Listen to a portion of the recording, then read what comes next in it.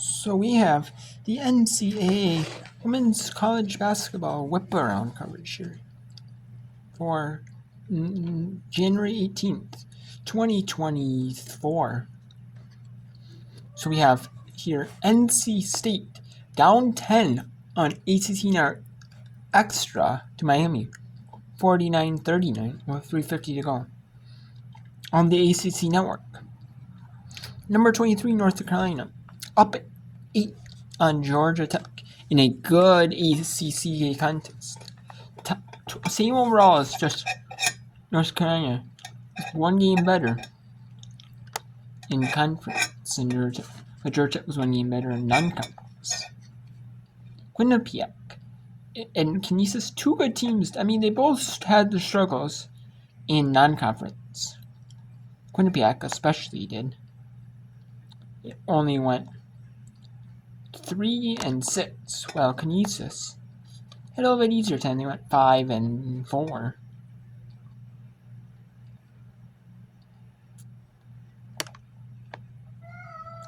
Quinnipiac is up 47-36 on Canisius.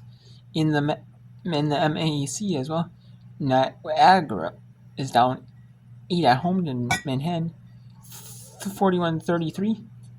In the good battle of OVC squads, the Rocks really struggled in non-conference. They had a really tough non-conference for them. 1-1-11. They are 4-1 in 1-10 they went, and they are in Southern Indiana is 10-5, 5-0, undefeated. Tennessee Tech is trying to beat their rival Tennessee State in OVC play. They're up 60-44 in that one. New Hampshire and NJT both defeated in conference play, both with no wins. And New Hampshire's up 38-34 over NJT. We have Maine up 54-32 on UMBC with 1:13 to go. Binghamton, surprisingly, they're holding on kind of close though with a good Vermont squad. 44-33 with 5:25 to go in the fourth quarter. Marshall eliminating two good Sunbelt teams, 37-36 lead for Marshall. Two struggling OVC teams. But Lindenwood has lead at home, 55-49. Middle Tennessee blown out Utah, 66-45. Bellarmine being North Alabama, 46-41. Purdue Fort Wayne surprisingly down a point out on the road to Youngstown, 27-26. Appalachian State beating Coastal Carolina, 34-27. Louisville, not surprisingly, beating Clemson, 21-10. Syracuse, 2019 on Florida State. Virginia playing close with number 19 on him, surprisingly, 19-16. Boston College being Wake Forest, but it's close now. And it's kind of surprising that Wake Forest is that close with Boston College, 11-9 after 1. 16-12, Penn State up on Purdue with a minute to go in the first. Marist 14, Mount St. Mary's 12. Two struggling MAAC squads almost after 1. Siena 17, Ryder 12. Mercer 15, UNC Greensboro 10. Stanford 15, Western Carolina 13. Milwaukee 18, Oakland 10 to start the second quarter. After 1, Green Bay, undefeated Green Bay, take on up 15-13 Trent Mercy. 29, Louisiana Monroe being their rival, one of the rivals, state of Louisiana rivals in Sunbelt, Louisiana. Georgia State take on Southern Miss, 25-18 lead for Georgia State. Southeastern Louisiana, who is undefeated in Southland play, they're taking on Northwestern State. They're down 1, 14-13. After 1, Houston Christian up 12-9 in New Orleans. Undefeated in ASUN play, Central Arkansas taking on Eastern Kentucky, who's had a few struggles in conference. 2 losses. They're 1-2, 18-9. Central Arkansas to lead. Stetson up 13-9 on Kansas with a minute to go in the first. After 1, about 4 seconds to go, 18-13. Florida Gulf Coast and Queens up on Queens. Abilene Christian up 20-11 on Charlton. Florida National, who is undefeated in conference, 12-5 overall. And a good non-conference record, 9-5. They're taking on Liberty, who is 6-12, 1-2 in CUSA play. Their first year in the conference USA, they were in ASUN. They were in the ASUN last year. And then we have at 6:30 Central, 7:30 Eastern, Nichols Incarnate Ward, UT Arlington, UT Rio Grande Valley, New Mexico State, Western Kentucky. And then at 8 Eastern, we have Virginia Tech, Duke, Georgia, Missouri, Troy's, Texas State, North Dakota State, Denver, South Dakota State, Thomas, Minnesota, South Dakota State, Omaha, North Dakota, or Roberts, Texas A&M Commerce, Lamar, and East Texas A&M Corpus Christi, and then Grand Canyon and Utah Valley. And 9 Eastern, LSU, Alabama, Pacific, San Diego, Pepperdine, Santa Clara, Southern Utah Tech, CF Austin, CLU, Cal State Bakersfield, UC Riverside, Cal State Fullerton, UC Gibbs, at Northern Arizona, Portland State, Idaho, and 9:30 Eastern, Northern Colorado, Sacramento State, 10 Eastern, Gonzaga, William Marymount, Cal State Northridge, UC Santa Barbara, UC Irvine, UC San Diego, and at midnight Eastern, Long Beach State taking on Hawaii. That's at home in Hawaii, though. St. Peter's. And the kids, there's 3 kids' days. 2 on the East Coast here. I don't know. 7-8, 2-4 overall. They beat St. Peter's, who followed to 4-12, 1-6 overall. 68-62. UAlbany beat UMass Lowell 65-49. And a no surprise right there.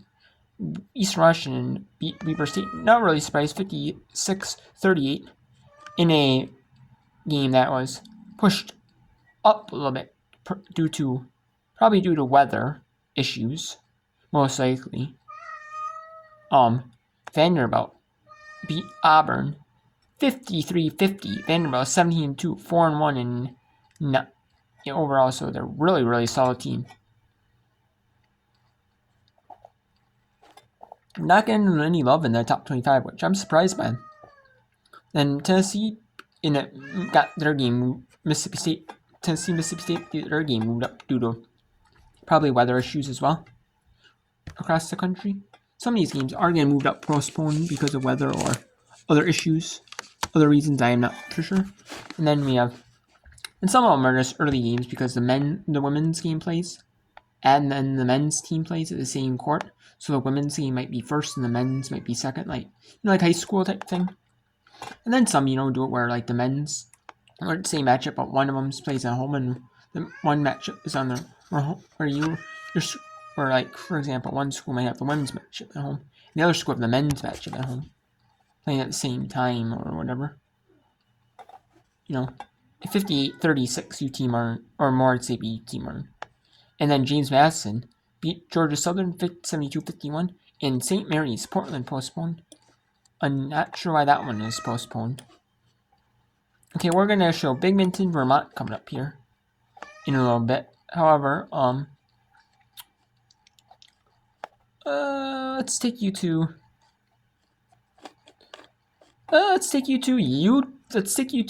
Middle Tennessee, where they are up 67-51 on UTEP here. Let's send you to that contest here. We'll take you to this contest here in Middle Tennessee University. We're now at 69-51. Middle Tennessee is 12-4, 2-0 in conference play, in CUSA play, where UTEP is 6-9, 1-1 in conference play.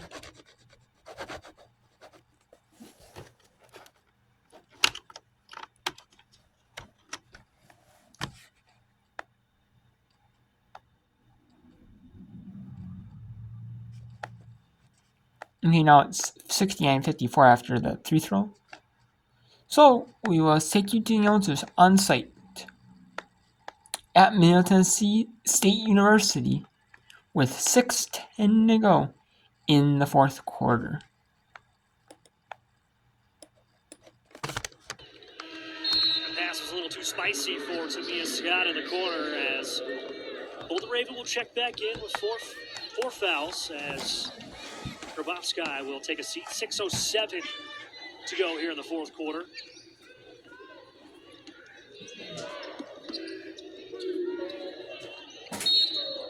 And fouled on the three-point attempt is Yvonne Tinsaye. And Tamia Scott took a swat at Tinsaye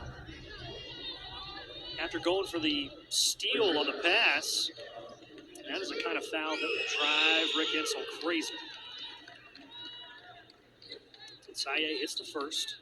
Kind of heard the displeasure of the crowd with how late that whistle was.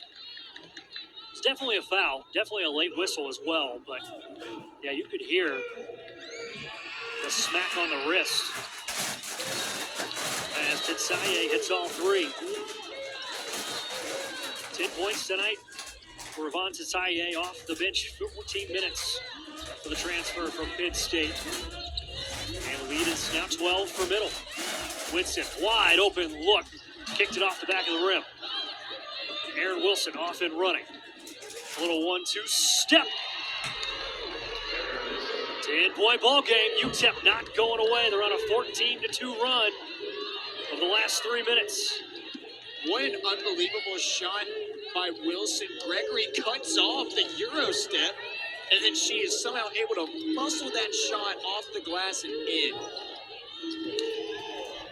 Middle led by as much as 22. Down to 10 as Bouldereva missed. And UTEP with 5 minutes to go. Can they get this within single digits for the first time in a while? Trailed by 5 at the half. As that three is well short from Mari Petrie. And Wheeler sprinting the other way, and she's going to be fouled by... And there's a foul here. And they're going to go to a media timeout, the fourth quarter media timeout at Middle Tennessee State. So, Blue Raiders only up 10 to Texas El Paso Miners. So let's go to Vermont University here, where the Catamounts are up 47-38 with under 2 minutes to go at Vermont University. Let's take you to the announcers on site here at Vermont University. Bellavito all over the place, allowing the Catamounts to get another opportunity. Otter back to inbound. Bellavito. Hands back to Utterback, pulls it back out to And a midcourt. really smart play by Vito. She had a good look at the bucket, but with 20 seconds on the shot clock, get it out, run your offense, time and score. Kicked ball here, and that will push the shot clock back to 20. Another break for Vermont.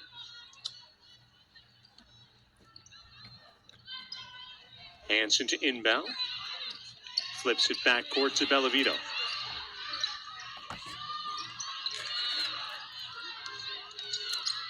"90 seconds left in the contest. Feels like the Catamounts have had the ball forever. With a couple of resets of possessions. Quick timeout by the Catamounts with 10 seconds on the shot clock. What do we expect here off of this timeout? What is Coach K looking to do here? Yeah, I think you want to. I would. Okay, so there's a quick timeout here. So, I'm going to take you to look around at the scores here quickly. I'm going to find some other exciting matchups to talk about here. For the next little bit in whip around, we're going to do some more whip around until about till 7 Central, with the 5 with the 6 p.m. Eastern to 8 p.m. Eastern window. So, here. I can actually the AC Network Extra Month contest. Maybe not the AC Networks either due to copyrights. So another good one will be Little Rock at Southern Indiana.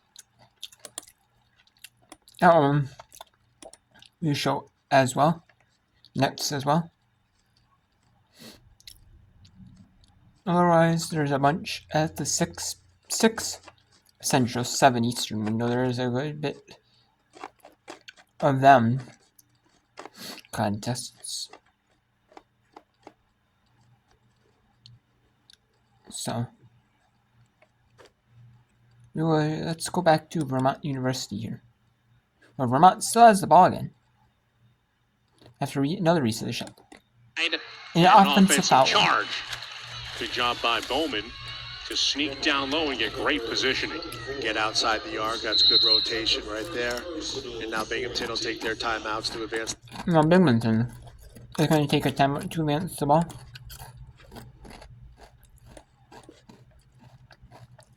So now let's say good. Let's send it to. Let's go to Little Rock and Southern Indiana.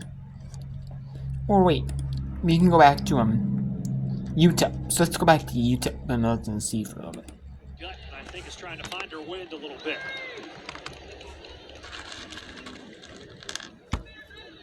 She got a hand on the initial rebound, and then that's just strong playing from Jana Sinde, who again she's giving up 3 and 4 inches to MTSU centers.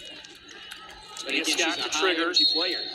And Middle Tennessee so dangerous on these inbound plays as Savannah Wheeler is going to be fouled and send her to the stripe for a couple of free ones. As Stanton's going to pick up her third for UTEP. And that is going to be the 5th team foul against the Miners. So Middle Tennessee, who has been struggling a little bit from the stripe tonight, 13 of 19.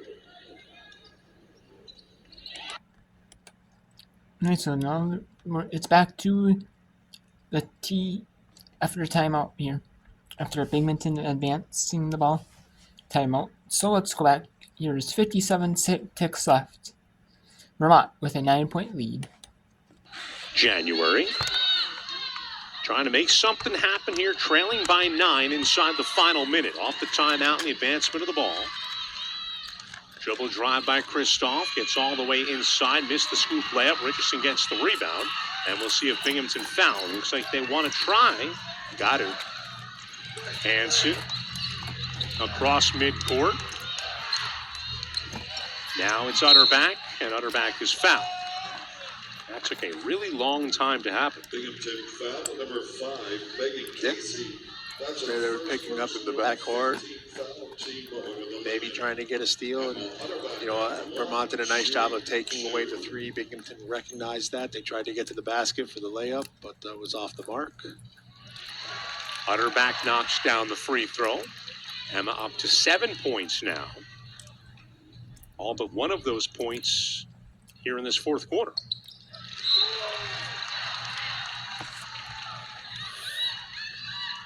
Contributions from just about everyone for the Catamounts here tonight. And a quick timeout to And advance there's the ball. another advance the ball timeout.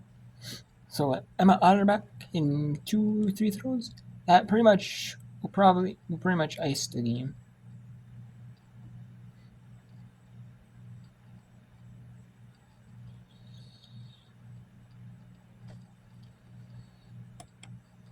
So let's go back to Texas El Paso Miners in Middle Tennessee State. Blue Raiders. Lead is back to 10 For a little bit. for Middle Tennessee, as Aaron Wilson, who has had a great night tonight, 11 points, 14 rebounds, her 6th double-double on the year, tacks on one more. She's been in double figures for 5 straight ball games. She's come in on a pretty good hot streak her last 4, averaging 16 and 9. And what's surprising is, too, 16 of 18 from the stripe coming in. So 3 players with 4 fouls for UTEP, and Stanton. Okay, so it looks like they're back from timeout. Season also one more against St. Rose, 60-44 victory. So, they just, when they locked in for that 40 minutes, they're just as good as anybody in the country.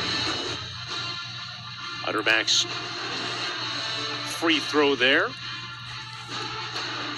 giving her 8th point. Catamounts only have Anna Olson with 11, Utterback with 8, Richardson 7, Hanson with 6, Madic with 9 off the bench. Just great balance by this whole team. Just everybody contributing to a solid win against a good Binghamton team. Bearcats fire along 3. That was partially blocked on the way in. Catamounts, Utterback grabs up the rebound. She's fouled, and she'll head back to the free throw line. Binghamton foul number 5, Megan Casey, her second, team over the limit. Casey's second foul. Sending to the line. Binghamton is over the limit, so the Catamounts in the bonus from here on out. For the Bearcats. Utterback with 2 free throws coming to her. No 1-and-1 in the women's game for the last couple of years since the change to the 4 quarters format. Anything over 5 fouls in a quarter is automatic 2 fouls. Utterback with a second coming to her. 0 for 2 trip for Emma. Casey picks up her dribble in the final 16 seconds of the contest. Long, crazy jumper from the corner is no good. Rebounded Bucci, her 3, that's short, no good. Rebounded by Casey down low, knocked away by Hanson. And Bellavito is fouled with 4.7 seconds left. And the Catamounts. And that is when you do it. The Vermont Catamounts are going to improve to 12-7 overall. 4-1 in 8 America East play, while Binghamton falls to 5-12. 0-4 in America East Conference basketball play.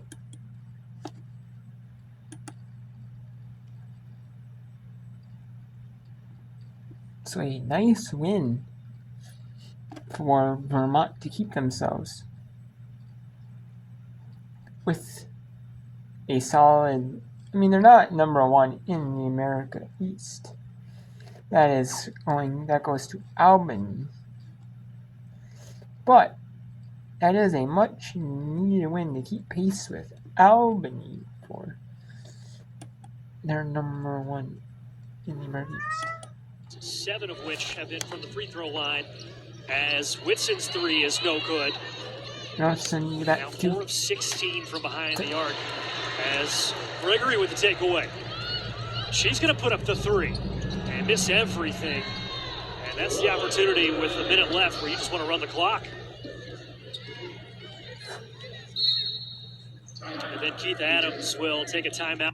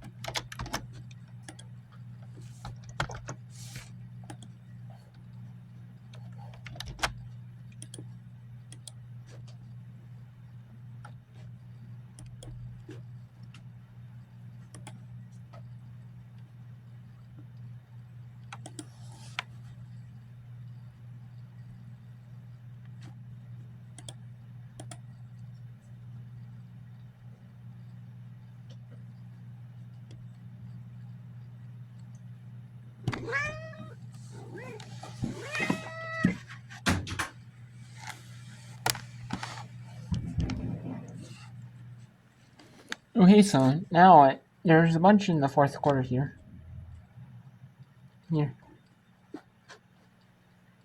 Now there is. There's a bunch of the 5 Eastern to 5 Central to about 6 Eastern tip-offs in there. There's probably some of the 6:30 Eastern tip-offs as well in there as well.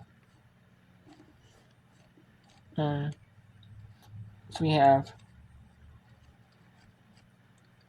a nice one battle in Middle Tennessee or 78-70. A nice one at Lindenwood. A blowout in Maine, but so there's some other close ones here as well. Both free throws. She has been excellent here in the second half. 13 of her 17 has come since halftime, as Asinte tried to bank in the 3 from straight on, and Grabowski, who has had an excellent ball game tonight, adds to her career-high rebounding total of 16. And Savannah Wheeler will dribble out the clock, as UTEP gave Middle Tennessee a bit of a scare in that fourth quarter, but Middle Tennessee able to hang on. Did a very good job. Again, that's an experienced team sensing closing time. 3-point shot was not there in the And official Middle Tennessee beats UTEP.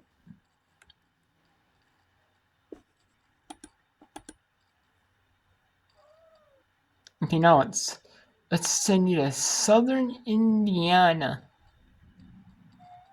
at 10-5, 5-0 in conference play. Take on Little Rock, who are Little Rock is 5-11 overall, 4-1 in conference play.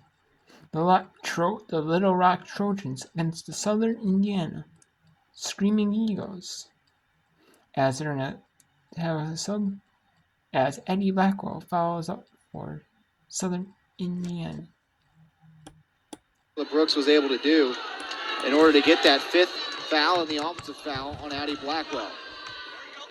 So Tori Handley comes into the game for Blackwell. If you're Little Rock, you need to capitalize on that empty trip from Southern Indiana. Brooks with it, into the baseline for Wimbish Gay. Wimbish Gay shot off the mark. Offensive rebound by Harris Smith. She blows the point-blank shot, and Meredith Rayleigh will get it over to Allie Saunders. That is a really big miss, because now if you're Southern Indiana, there's 2 minutes on the clock. I would slow this thing down a little bit and chew all 20 seconds off the shot clock, and Little Rock isn't going to give Southern Indiana that opportunity with a quick foul. It's the 4th team foul against Little Rock. Also want to note that offensive foul by Addie Blackwell was the 5th team foul against Southern Indiana, but because it's an offensive foul, there's no free throws in that situation, but Little Rock will be going to the line for the remainder of this game. Shafford thought about a 3, pulls it back out, gives it to Rayleigh with 12 on the shot clock. Maddie Webb being doubled. Handley over to Saunders. Now you got to go. Down to 5, 3, Saunders going to try to create. A lot of contact, she flips it up and in. What a shot from Allie Saunders. The finish there is so impressive. Through the contact, and she had the court awareness. Seeing the shot clock running down, we get a replay of it. That is just heart, hustle, and determination. What a finish for Allie Saunders in Southern Indiana. Good things happen when you can get the ball up on the rim like that, and it had just enough English on it to flip up and over and drop on in for an and-one opportunity for Allie Saunders. Saunders converts. It's an 11-point lead, the largest lead of the night for Southern Indiana. And what a way for Southern Indiana to respond, knowing history last year, what happened in the 4th quarter, twice against Little Rock. Such a strong response this evening, 3rd time around. Another 3 from the wing, this time dropping it in was Tia Harvey. And just like that, it's back to an 8-point game. Something Little Rock desperately needed, and now with it being an 8-point game, you can play straight-up defense and don't foul at this stage of the possession. Little Rock's going to have to string together some stops, though, if they want to get back into this one. And a really good look and pass. I thought she was going to try to go up there. Maddie Webb. And it looks like we have a foul away from the basketball. Meredith Rayleigh was begging for a foul earlier in the possession. And that's the last thing, if you're Little Rock, that you wanted, because you had played 20 seconds of really good defense, and now you're bailing out Southern Indiana with a minute to go and an opportunity to make this a double-digit lead again. And Meredith Rayleigh, one of the best free throw shooters in the conference. She entered today in the top 10, 81.3%. As she knocks home the first. I want to also take a second here to highlight something about Maddie Webb. So she had tied her career high with 18 points and 10 rebounds in that game against SIUE, her return to SIUE over the past week. Well, she has now had a career high 22 points, and if she gets another rebound, she'll have a career high in rebounds as well.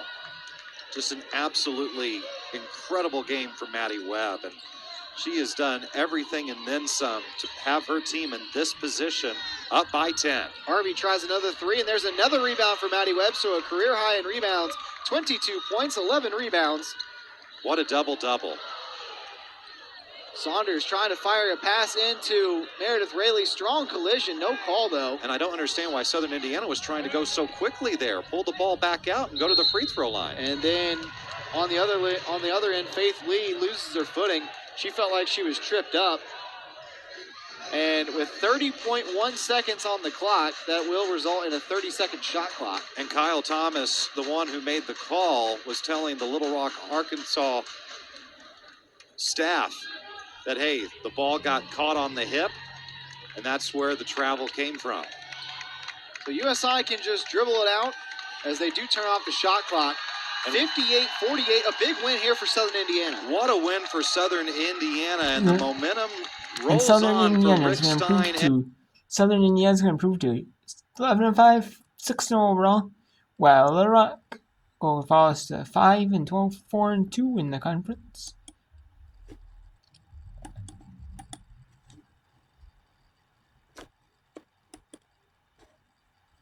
Okay, so looks like Miami's going to upset NC State here in a big win, 70-52 so far.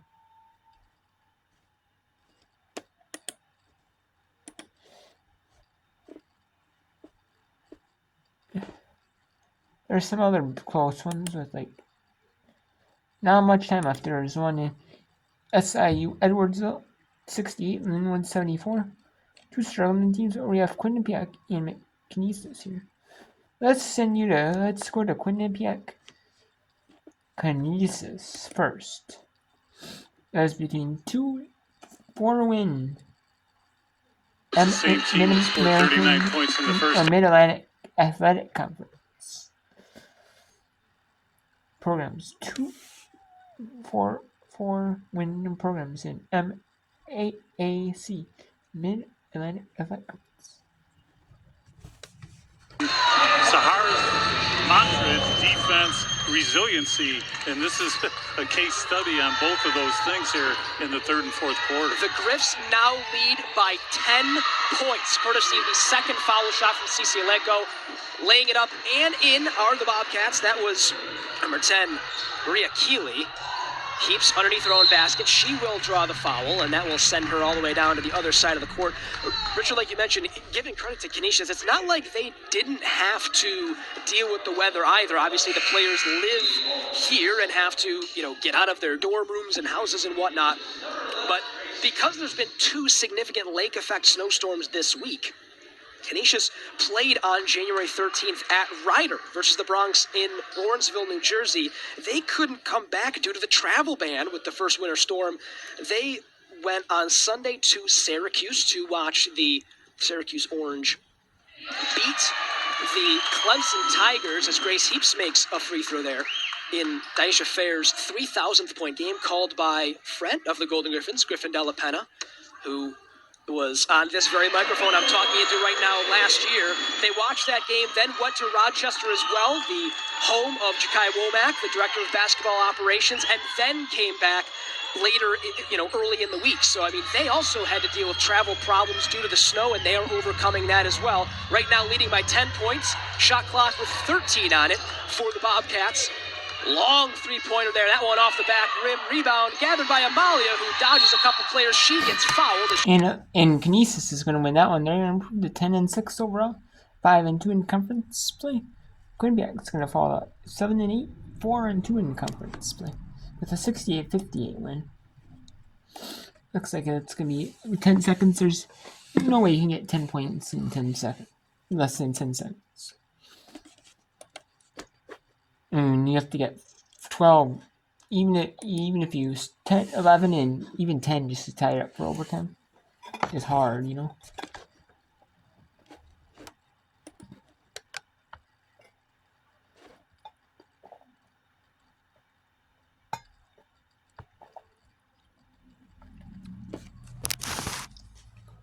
now SIU Edwardsville is fallen so far to Lindenwood.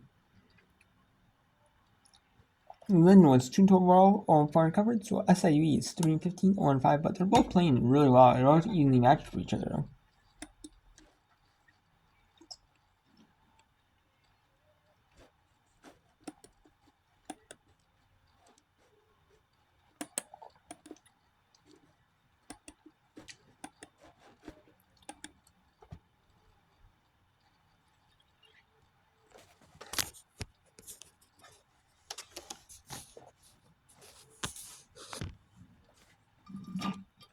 And now it's the new team announcers on site at Lindenwood University.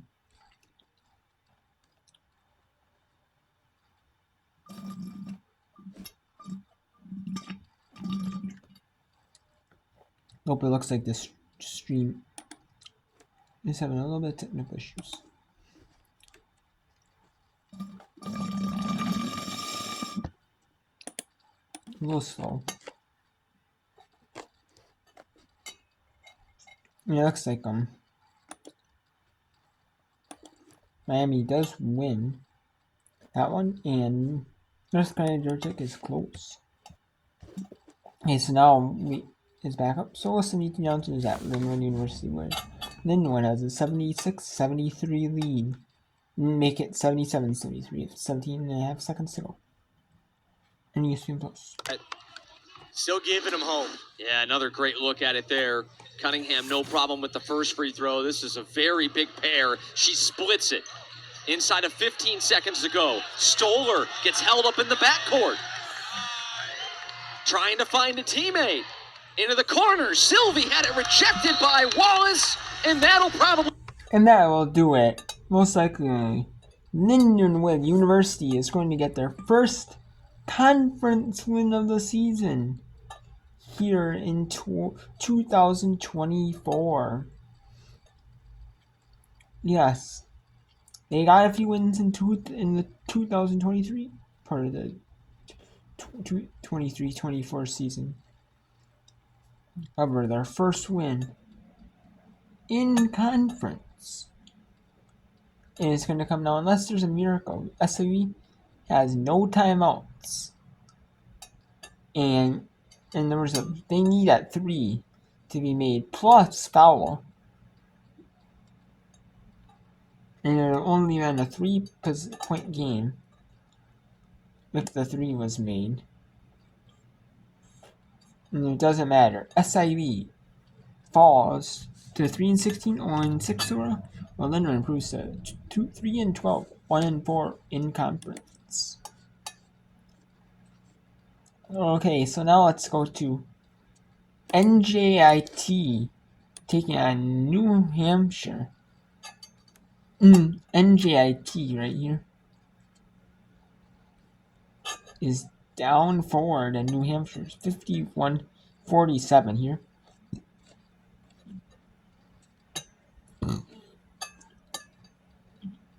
And number 23 North Carolina is 71-67 over Georgia Tech.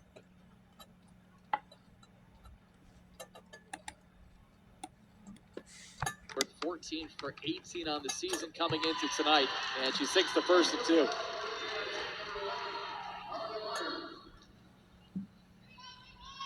Up to 7 points this evening. Make it 8. Very pure at the line. And then NJIT is going to take their timeout, their final one, to advance the basketball. With 6 times so, Georgia Tech got 3 throws. And now it sent it to the Manhattan Jaspers in the Niagara Purple Eagles.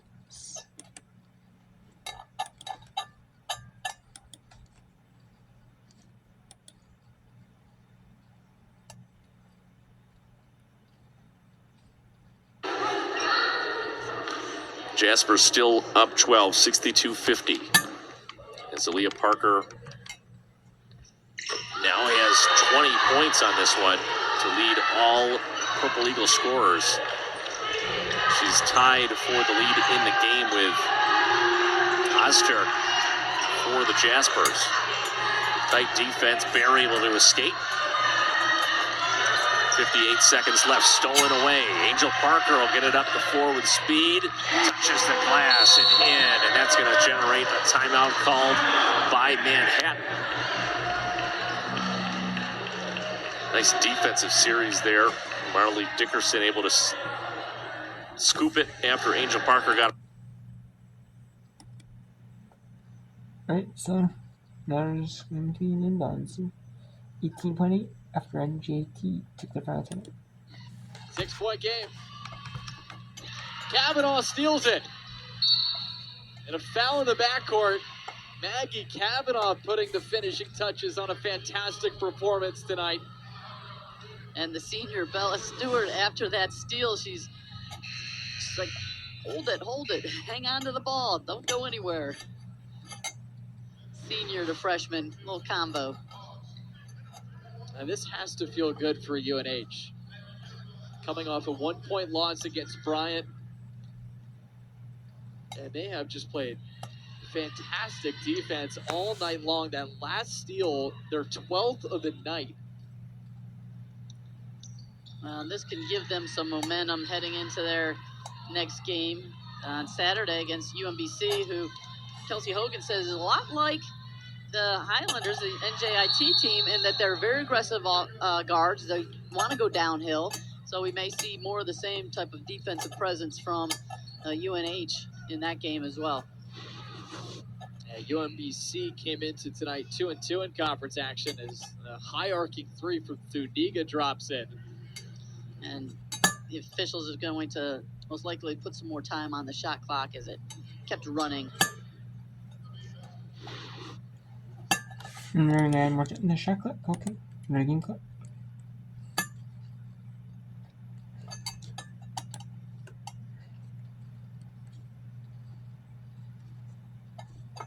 And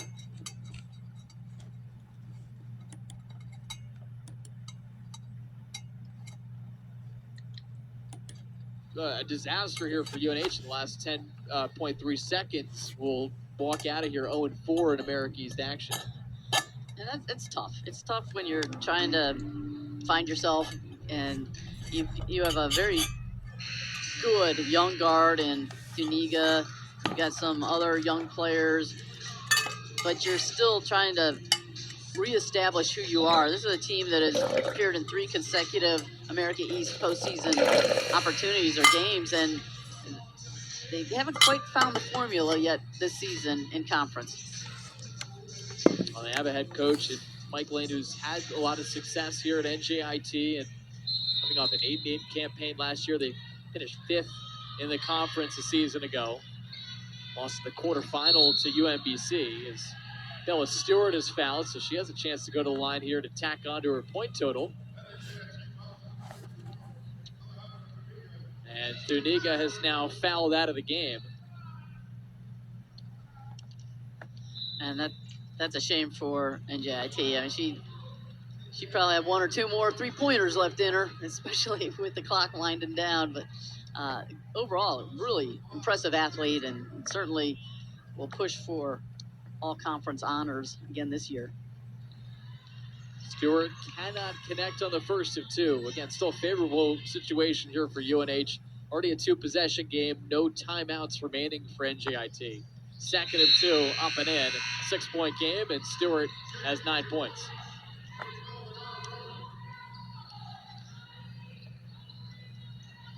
Squire to trigger it in. Comes to Gingrich. This is a little token pressure here. Trying to slow down the offense. 3 from Vaughn. Doesn't go. That's going to do it. NJIT is going to fall at 8-9 overall, 0-4 in conference. New Hampshire gets their first win in conference play with a 56-50 win over NJIT. And now we have Manhattan up 62-53 over Niagara with 24.4 to go. Okay, so what a big win by right there for. That's a huge win for New Hampshire. Now let's see if Manhattan can stay above 500. With the loss, they'd be 500 in conference. Whoever wins will be above 500. Depending on who loses, if Niagara loses, they'll fall under 500 in conference. Manhattan will be 500, straight 500 in conference.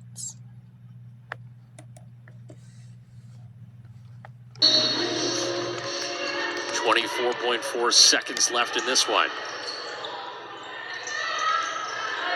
And that's Montserrat cutting baseline. She'll maintain possession. Blake Grove. And that's going to stay with the Jaspers as it was knocked away by Angel Parker.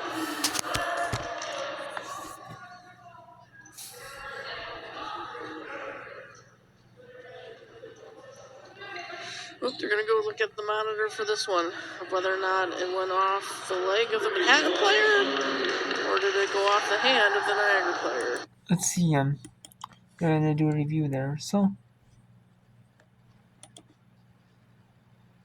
Tennessee Tech now is 87-70, 81-70 to Tennessee State. As you see some scores here that are surprising here. Virginia is still surprising with number 18 Notre Dame. 6-point lead for Notre Dame. Wake Forest is actually a 3-point lead on Boston College. Fort Wayne down 9 to Youngstown with 5 to go. Russia started to blow out on the Minion.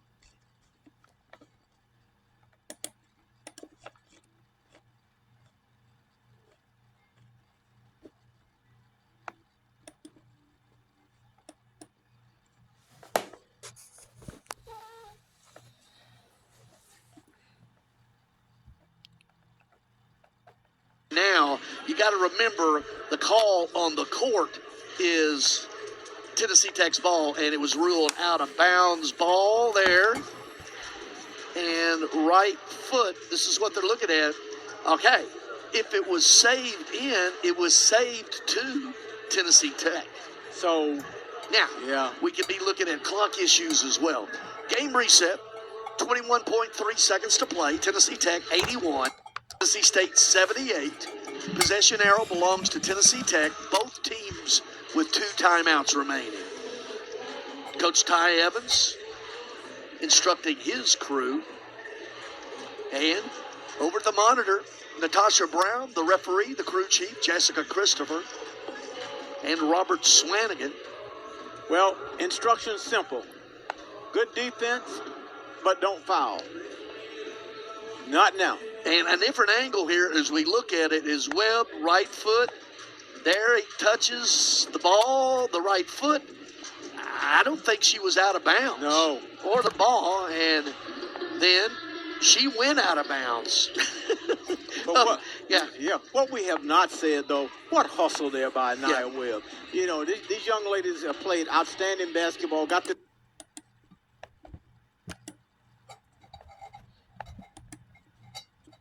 So there are 2 timeouts. Both one's reviewing out of bounds and both are reviewing out of bounds. So we will take you. So that'll be it here for this coverage of Whip Around here. For here on the 18th of January 2024. More Whip Around might be coming up later. We will see. Otherwise,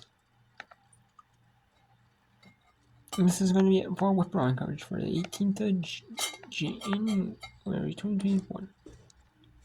In the NCAA women's basketball.